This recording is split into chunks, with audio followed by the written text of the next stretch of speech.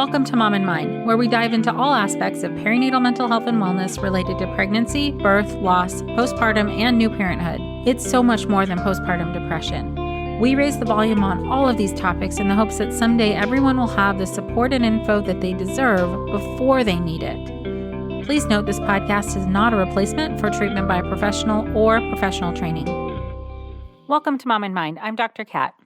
On our episode today, we are talking with Kim Hooper. She's going to be talking about her experience and personal story through recurrent pregnancy losses and how that led her to write a book along with her co-authors called All the Love, Healing Your Heart and Finding Meaning After Pregnancy Loss. We're going to touch on things like what it's like to have recurrent pregnancy loss, and she'll talk specifically about 2 ectopic pregnancies, an early miscarriage, and a second trimester loss, as well as all of the aftermath of dealing with that, both with her partner and on her own mental and emotional healing journey. Kim Hooper is a writer. She has also authored 4 other novels, with her 5th, No Hiding in Boise, is coming this June. The book that she co-wrote with Dr. Hung Deep and Meredith Resnick is a mix of personal story plus information and awareness from the clinical side.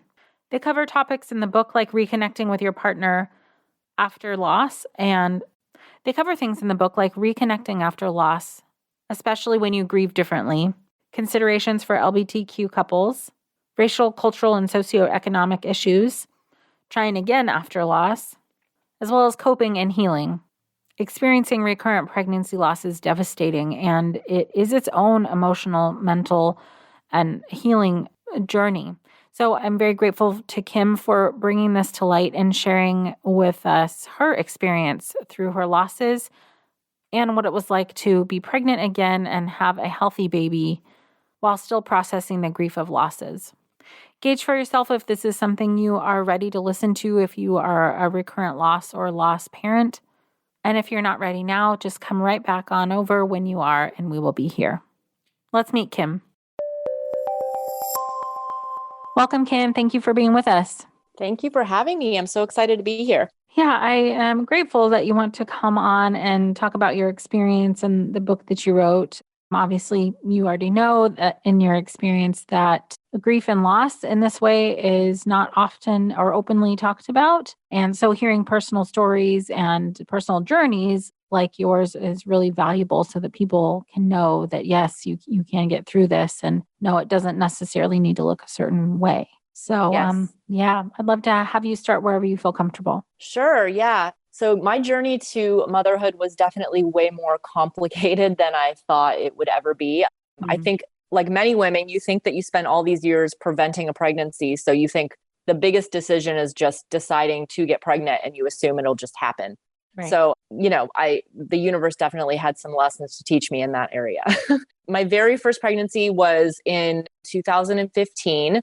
I had no experience with pregnancy, so I didn't really, I kind of knew something was off. I was spotting a little bit. I went to the doctor. They did some tests. They said, oh, I think everything's okay. But then I kept having this and I started having some pain, and they discovered that the pregnancy was ectopic. So stuck in my left fallopian tube. I had emergency surgery, which was traumatic in itself because, the only surgery I'd had up to that point was getting wisdom teeth removed. Like I had never had this medical event that, I was being told was life-threatening. And so kind of just traumatic to my whole world view in a way. Went through that and kind of thought, okay, now I've paid my dues. I've learned this lesson. Here we go. Let's wrap a bow on this experience and move along. And my doctor did say, I just want to let you know, miscarriage is common. So, and I just thought, okay, I don't know, ho-hum, My second pregnancy, they did early testing because I had the ectopic the first time, and they found the embryo wasn't growing well enough. So they said it wasn't viable. So then I thought, okay, now I've had a second type of loss.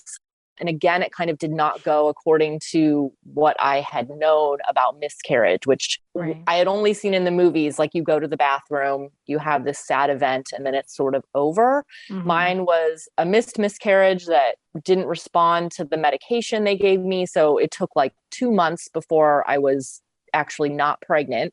yeah, it was just a long drawn out thing that I just, again, don't think, like you were saying, there's so much silence on this topic. And I don't think people really talk about kind of the physical, emotional trauma that can go with a pregnancy loss. Right. So yeah, I went into my third attempt, and my husband and I had kind of been joking at the time, like 3 strikes and you're out, or third time's a charm. We were kind of just trying to, we assumed like this one has to work, and everything was going fine. We did a ton of testing. Everything came back normal. And then at 17 or at 14 weeks, they said my fluid was low. So I rested. They couldn't really determine why. And then at 17 weeks, they found that my son's heart had stopped. They didn't know why. There was never any medical reason. And that was just shocking, because you just think when you get past that first trimester, you assume that you're kind of safe. Yeah. So, I mean, I had another surgery after that, thought there's no way we can try again. Somehow we decided to try again, which I, think of that infamous definition of insanity. I felt lazy. My fourth one was another ectopic, if you can believe it. And the doctor was just like, this is just bad luck. It's terrible luck. And I just could not. Yeah. I mean, doctors say the most insensitive things. Yeah. And I have several examples of that, which kind of compound the trauma of the experience for sure. Yeah. And, none of it made sense. And another thing that does not make sense is that my fifth pregnancy was totally normal. Textbook pregnancy, had my daughter 8 days before her due date, totally healthy, after doctors had said that, I would never have a baby of my own, that that it just wasn't going to happen for me. So after the fourth loss, they said that to you? Oh, yeah. After I think the third one is when I started getting extensive testing done. And they said your egg quality isn't good.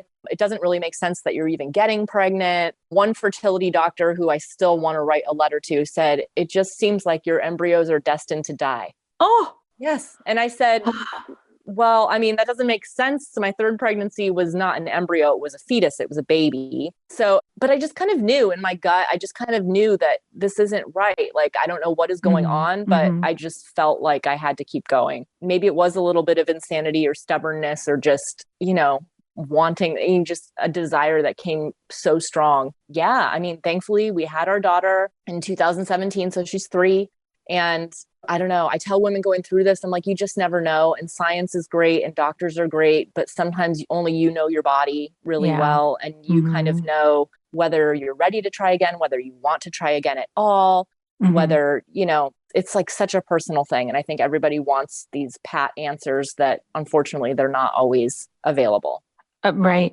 And to your point and to your experience, it's really, our mind just wants to make sense of things and try and like, is there a pattern here? Is there something that's going to give me an answer or a key that this time it's going to work?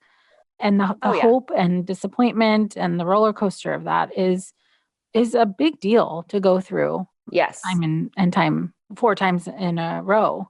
Especially. And with recurrent pregnancy loss, it gets harder and harder each time. Well, yeah, because I think, like you said, the grief kind of compounds and you kind of get that never ending quest for answers. Like you said, I mean, I saw psychics. I went to every kind of specialist, holistic stuff, acupuncturists, like herbal medicine. Like I did so many things that were just in this attempt to just figure this out and make sense of it. So it can be very desperate feeling. With the 4 losses you experienced and then a 5th pregnancy, what was that like for you? What was the mental, emotional experience going through the losses and pregnancy again and loss? Yeah.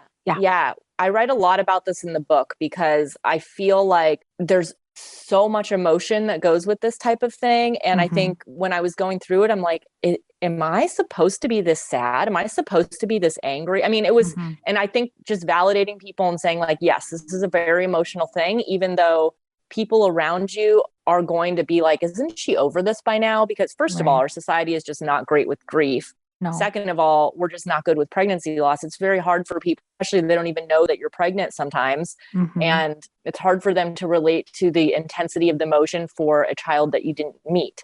So unless they've gone through something similar themselves, they're probably not going to get it. So for me, that was very invalidating. And I had a hard time kind of wrapping my mind around my own emotions. So when I was going through this and with some distance enough to write the book, I kind of thought like, yes, all this is valid. I mean, extreme sadness, but to the point of not just sadness, like, oh, I'm grieving my baby, but kind of grieving a whole worldview. I had always thought like life was very fair and there was kind of like a system to things. And I'm very type A, like, oh, I do this and the right thing happens. Like I did all the right things and I followed the rules and still all these terrible things happened that were out of my control. So kind of feeling that despair or demoralization that kind of goes with that. Anger. I was extremely angry at other pregnant women. Like I just could not stand them. I still have a hard time going to baby showers. I mean, I still would prefer not to go. So anxiety, that was a huge thing with when I was in my fifth pregnancy, which first of all, I was in denial of being pregnant a fifth time for, the first of the pregnancy, because I was just, I cannot attach to this baby. And just, I didn't tell anybody. It got to a point where people were like, it looks like you have a baby bump at work. And okay, first of all, I know. Don't say anything, people.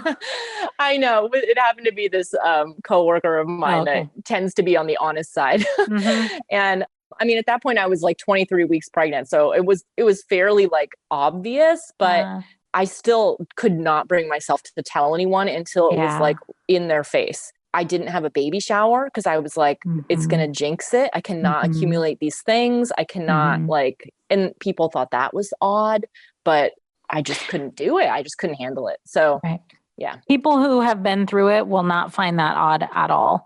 It's such part of the process in so many ways. It's really difficult to hold hope and be afraid at the same time.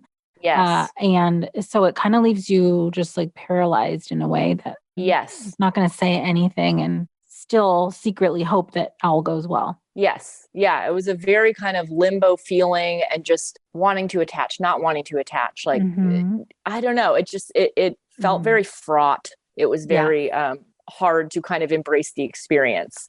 And then even when I had her, I mean, I didn't have postpartum depression as much as postpartum anxiety, like just thinking, I had somebody had mentioned something to me about a baby drowning in a dog water bowl. So the minute she came home, I was like obsessed with the dog water bowls, even though, I mean, she couldn't even like lift her head, let alone crawl to a water bowl. But I was like obsessed with these things. Yeah. And I even think now as a mom, it kind of lingers because I just feel that life is so fragile. Yeah. Yeah, absolutely. I mean, how could you not be affected by all of that? You're human. Oh, yeah. And it puts you in a state of hypervigilance and fear. Yes. Yes. Yeah. I will say there have been positives too, just to mention those. In realizing the fragility of life, I think I have a gratitude and a patience with my daughter that I frankly would not have had if my very first pregnancy had been successful. I don't think that I would be the same type of mom that I am. I mean, I just don't sweat the small stuff. I'm very big picture grateful for, I mean, not that I don't have my moments. I am human, but I do think that there are things, but they come with so much time and, it didn't help when people are like, you're going to grow from this. I'm like, I don't care about that. Like, I mean, I kind of had to like figure that all out on my own and find my own meaning in my own way. So, it's interesting. I hear this so often, people who don't totally know what it's like, sometimes just trying to give messages of hope or something like that. Yes. And coming from very good places generally, but hope is not something you really offer somebody when they're in that kind of pain. You just sit with them. Agree. But I think it's so hard for people to do that. Yes, it is. It is. Yeah. I mean, I realized even in my own experience, even with what I know now, it's still hard for me to see someone in pain. I have to really bite my tongue and like resist the urge to jump in and fix it I mean, so I would assume for most people it's hard. Yeah, it is, because you don't want to see anybody in pain. You want to, help them and fix it for them or with them. But I mean, your journey is so, with the losses you experienced, sounds like it became so private and so internal over time. And how did people around you know what was going on for you? Yeah. I definitely had close friends who knew and my family who knew, but even some close friends, I think especially if they hadn't been through anything like this themselves or didn't already have children, so they didn't have like a reference point for what that kind of bond would be. I felt a little like they didn't fully get it. And I kind of felt like I was just like a downer, especially with these like recurrent losses. It's like, I could just feel them thinking like, oh, she's trying again. Like, like, or I don't know. I just felt like I couldn't really, share in a way that felt really supported. But then I would also find kind of acquaintances who became good friends because they happened to have this experience or something similar. And so my friendships kind of changed, and some of them have changed permanently, and some of them have kind of like ebbed and flowed in different ways. But there was support. It just didn't come from the people who I would have considered my first supporters. Yeah, it's interesting. It shapes a lot of things for a lot of people. You find out what your needs really are during times like that, and who can't meet you to offer that. In terms of your partnership and marriage, what happened there in relation to losses? Yeah. So it was extremely hard on my marriage. There was definitely times when I thought, I don't know if we're going to make it through this. And so I dedicated like a whole section in the book on this because I felt in talking to other women who had also gone through pregnancy loss, they had similar experiences. So I kind of, delved into this, and my co-authors helped me. My co-authors are a social worker, Meredith Resnick, and a psychologist, Dr. Hong Depp. And so they kind of had a lot of background to kind of inform my own experience about what happens with couples after loss. But personally, my husband and I just grieve very differently. He threw himself into all kinds of tasks.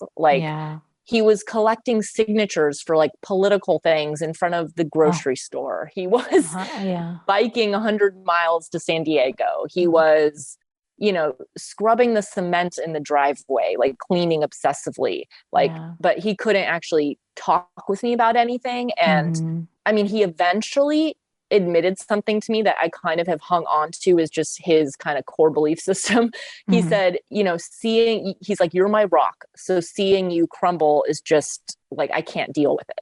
And I kind of felt like, yeah, I get that. Like, I get like how unnerving it would be to see this person falling apart in front of you that you rely on.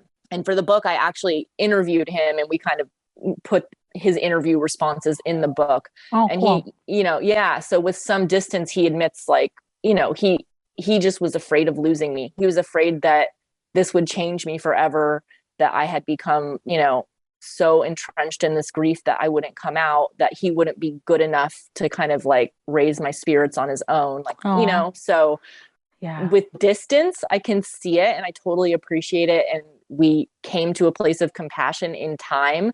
But in the moment, I mean, we went to counselors and I just thought, he doesn't get it. He doesn't get me. He doesn't get me. We're like ships passing in the night. Like, it's just, he wants me to get over it and move on. And I think he's an insensitive jerk. And, I mean, it was, again, felt very just heightened in terms of emotion and tension.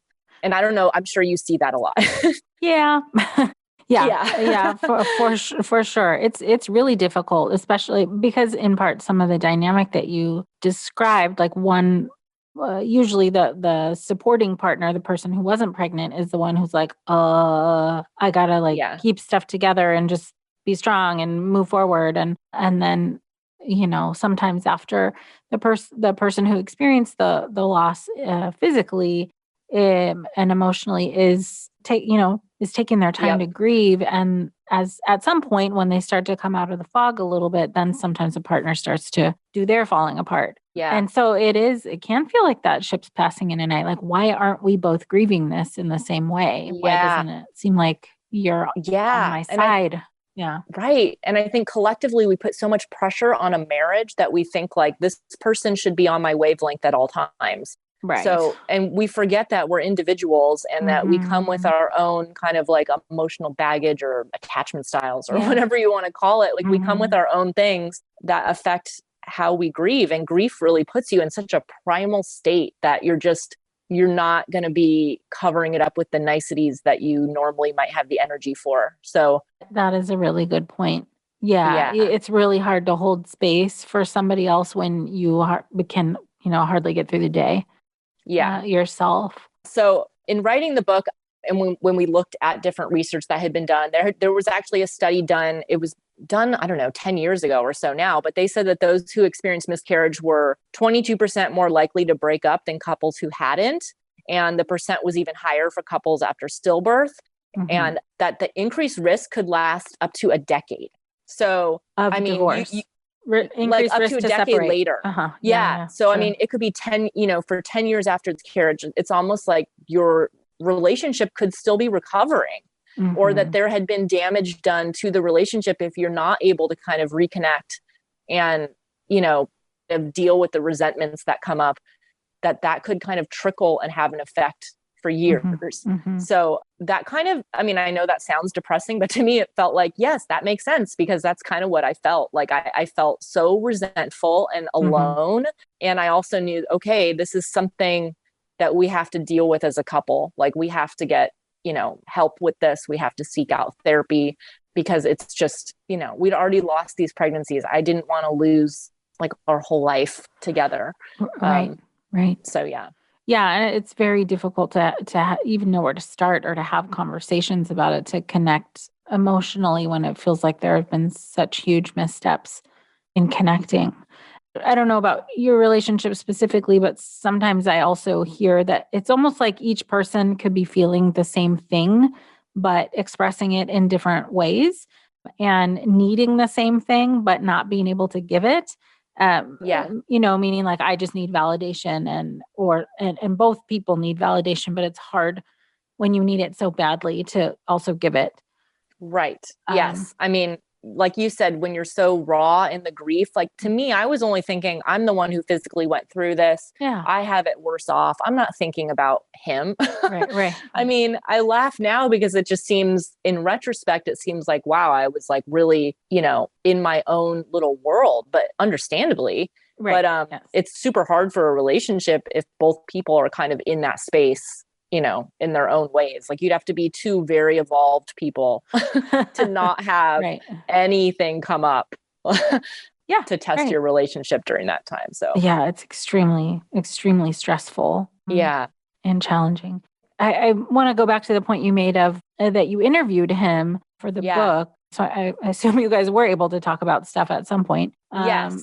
For him to be able to do that. Wow, what a healing, I imagine anyways, like a healing opportunity just in that. Yeah, it was. And he actually asked me, he was like, well, what do you think I could have done differently? Like, what could I have done? I know. Yeah. And I said to him, I was like, I think the most either of us could have done was to have more patience for each other's way of doing it. Because, I mean, people are going to be who they are and have the needs they have. And I just think we each thought we were doing it the right way. Like, right. why aren't you, I was thinking like, why isn't he more sad? Why isn't he falling apart? And he's probably thinking like, why isn't she moving on? Like, why, So if instead of having that critical voice, we could have been more accepting of, and this has translated to other things in our marriage too, of kind of just having to be appreciative of the way somebody like feels or does things related to emotion. So it was like a boot camp for our relationship in a way. And I mean, like I said, I don't think I would be the same mom if I hadn't gone through all of this. And I don't think that our marriage would have the same kind of depth that it has. Yeah. I mean, because you found a way to come back together and do some repair. Right. Like, and I wouldn't say that like either of us became different people. I think it's just that we accepted each other's way of doing things. Like, my husband is always going to be that one in the time of crisis who busies himself with tasks. Sure. And right now, instead of labeling that as, oh, he's just avoiding everything, he's so annoying, I kind of look at it as he's struggling and this is his way. Like, this is his way of suffering. It's just, this is how he's showing it. Sure. And, I think he's learned to, and I think he's learned to be more patient with the fact that, I need to talk about things, which is hard on him because I think he would rather have silence to kind of process stuff. And it's hard when my need conflicts with his. Oh, sure. Yeah. But we've kind of like had to learn. And like I said, because of the losses and, having months and months of, years really, like the span of the losses of having to deal with that, it was kind of like a boot camp for our marriage. So, and during that whole process, or the whole time rather, you yourself are doing your own individual internal, trying to deal and cope with everything. How did you deal with this? What was your path to where you are now? Yeah. Therapy. I'm a big believer in therapy. Yay, me too. Yeah. I cannot say enough. I actually just started EMDR for the first time because I still felt like there was some leftover trauma stuff. Yeah. And I'm all for that. And I think it does wonders for couples and individuals, and journaling helped me. Obviously writing the book was very healing for me. I'm a writer kind of, by nature. I've been writing since a little kid. It's like my way of making sense of life and figuring things out. So I think writing the book was very healing, and I didn't realize how much I had to say until we sat down to write it. Yeah. Right. And then I just felt, kind of like, okay, everything about this experience is now contained in these pages. It feels contained in a way. So I think that helped, and finding those people that could relate and kind of building a community through the book. Like I'm in, contact with lost moms every day, and it's nice to be able to be supportive of other people. It's kind of healing, a two-way healing. It all kind of had to happen on its own. Like I definitely felt like I was just falling apart there for a while, but at least I kept going to therapy, even though I felt like, I don't know if this is doing anything. With hindsight, I can see, of course, it was doing something. It was just part of the process. So there's no easy fix. For sure. Yeah. And like you said, it is a process. And when it feels so hard and so dark, it's hard to notice when there's a shift sometimes that you could be possibly coping in a different way or making some movement through. And there's another piece too for a lot of lost parents is that sometimes like moving through the grief can almost be scary because it's you don't want to, for multiple reasons. Sometimes people don't want to feel like, oh, if I feel better, that means I'm forgetting my babies. Or if I feel better, then something bad's going to happen again. Like it's hard to trust good. I remember I write about this in the book too, about how one of the first times I laughed after losing our son, so the third pregnancy, I felt like I put my hand to my mouth, like, like, why am I laughing?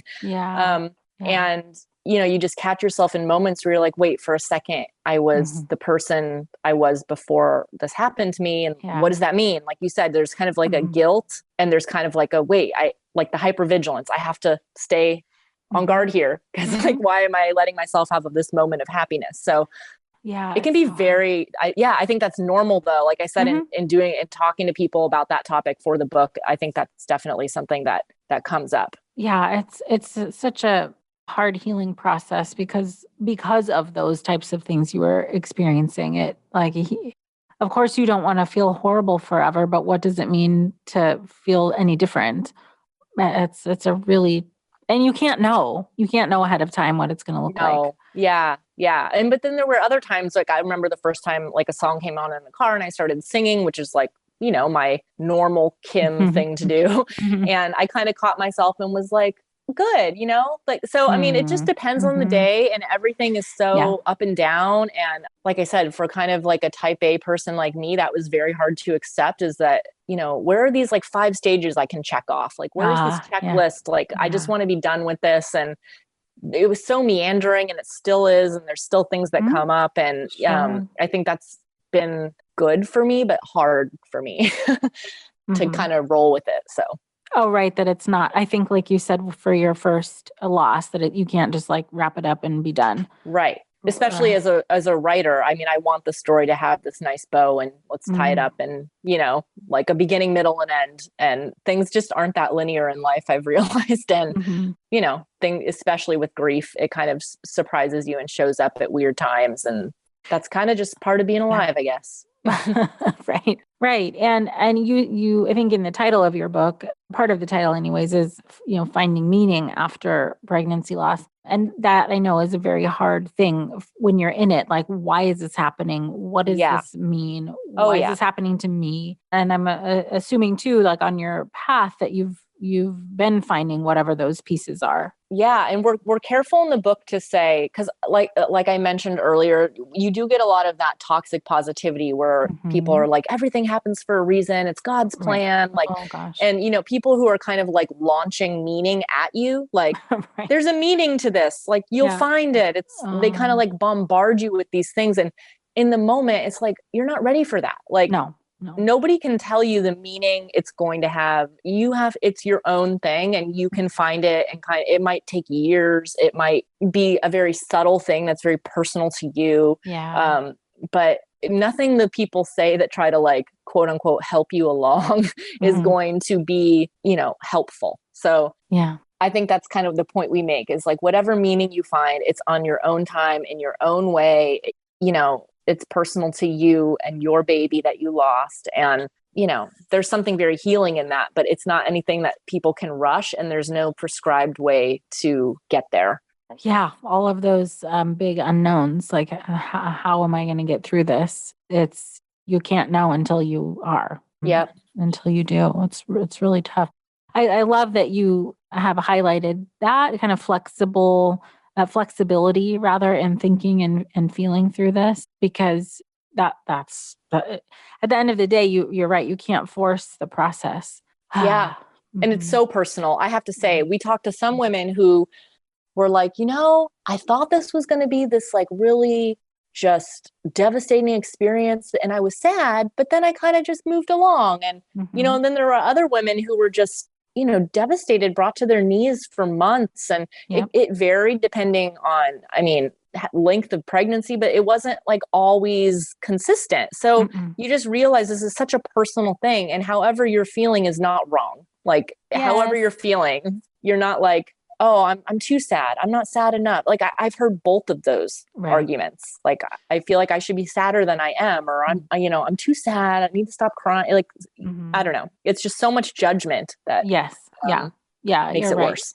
You're absolutely right. I hear that stuff too. And some of it is kind of this internal judgment, but some of it's external, that other people are kind of moving you along, or like, in their own way. So yes, I will double and triple down on what you said, that this is very personal, and it's your experience and nobody else's. Right. Absolutely. Yeah. And there's so many different factors that can influence, somebody's response to something like this. So you just don't know what somebody else is going through. It's like, you can see somebody on Instagram and they're like, wow, they're being so positive. Like they just lost a pregnancy and they're being very, open and smiling. And you just don't know like what the story is and what's going on behind the scenes. And absolutely not. So it's important to remind people that, because I think, I was definitely looking for the quote unquote right way to feel after my losses, and there just isn't a right way. It's your thing. It's how you feel. You know? And it sounds like that was the process through each subsequent pregnancy and the pregnancy of your daughter as well. Yeah. Just kind of walking through it, trying to figure out how to feel. Yes. Yeah. And feeling like, should I be over this by now? Should I be sad? I mean, and it did vary with me too. I have to say, by my fourth pregnancy, when that second ectopic, I was not that attached to that pregnancy, and I felt a little guilty about it, but I just, didn't, I couldn't get attached at that point, whereas my first ectopic, my very first pregnancy, was probably the most traumatic, because I just had never had a loss before. This was like my first experience with grief. It was medically scary. So it just depends. I mean, there's so many things that can, influence your personal experience. Yeah, absolutely.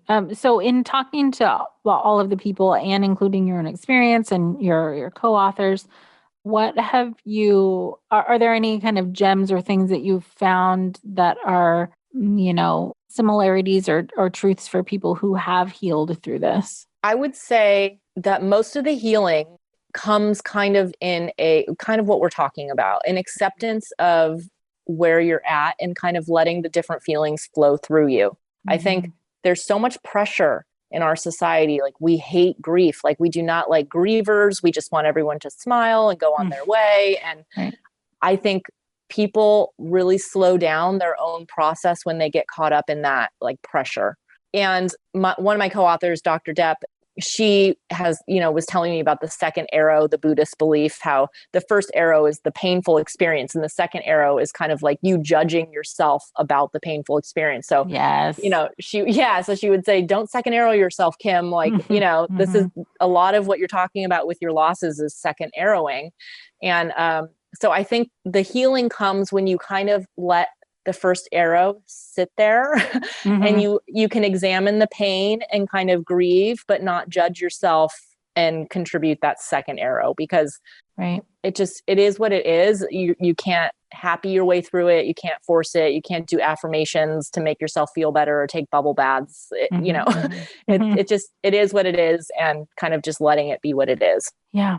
Yeah. That's fantastic perspective, and I guess advice too, if you can take it, and incorporate it. I agree that the kind of insult to the injury is just a bridge too far. It's too harsh if you are there in your grief and then sort of berating yourself about it. Right. It's very painful. Yeah. Very painful.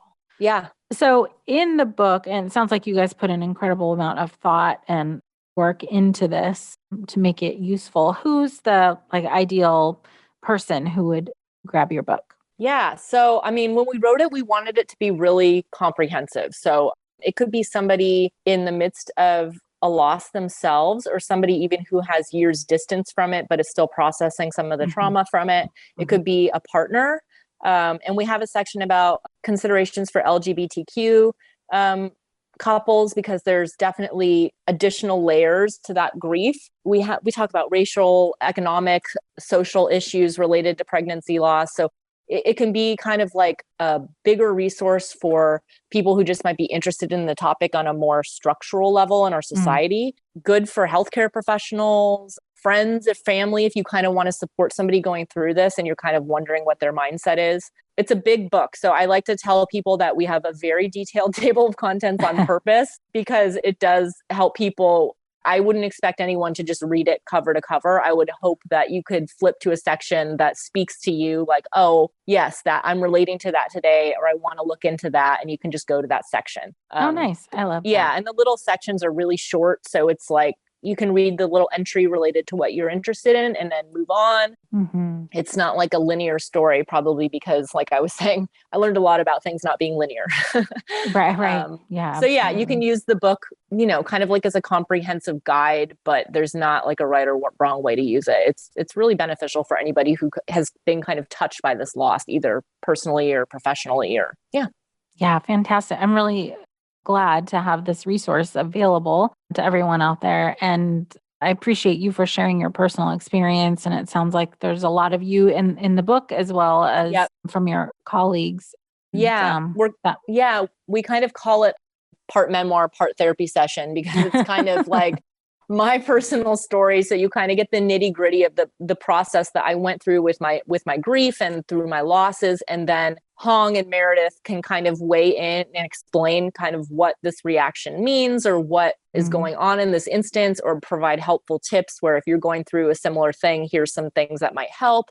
So it's kind of like a balance of personal stories, so you don't feel so alone with what you're going through with like therapeutic insight. So you have like a little therapy friend on your shoulder, sort of. Oh, beautiful. That's such a, that's a great combo. Yeah. Awesome. Yeah. So that is coming out very soon in March 2021, and everyone will be able to go and check that out for themselves. That's really exciting. Yeah. Thank you so much for coming on and sharing all of this with us. Thank you so much. I hope it was helpful. And if anyone ever wants to reach out to me about their own story, I'm all ears. I'm sure you have my contact info somewhere related to the podcast. Yes. We'll have all of that in our show notes. Okay, great. All right. Thank you, Kim. Thank you so much. Thank you, Kim, for coming on and sharing all of this with us. I am sure that this book is going to be helpful and supportive to a lot of people out there. You can connect with Kim at her website and on her social media links for Instagram and Twitter at Kim Hooper Writes. If you know of anyone who could benefit from today's episode, Please do share this episode with anyone who could benefit from this information, education, and support. And we thank you so much for being here. Until next time. Thank you so much for joining us today. Please share this podcast. Together we can support moms and families so that no one has to deal with this alone. Come connect with us at momandmind.com.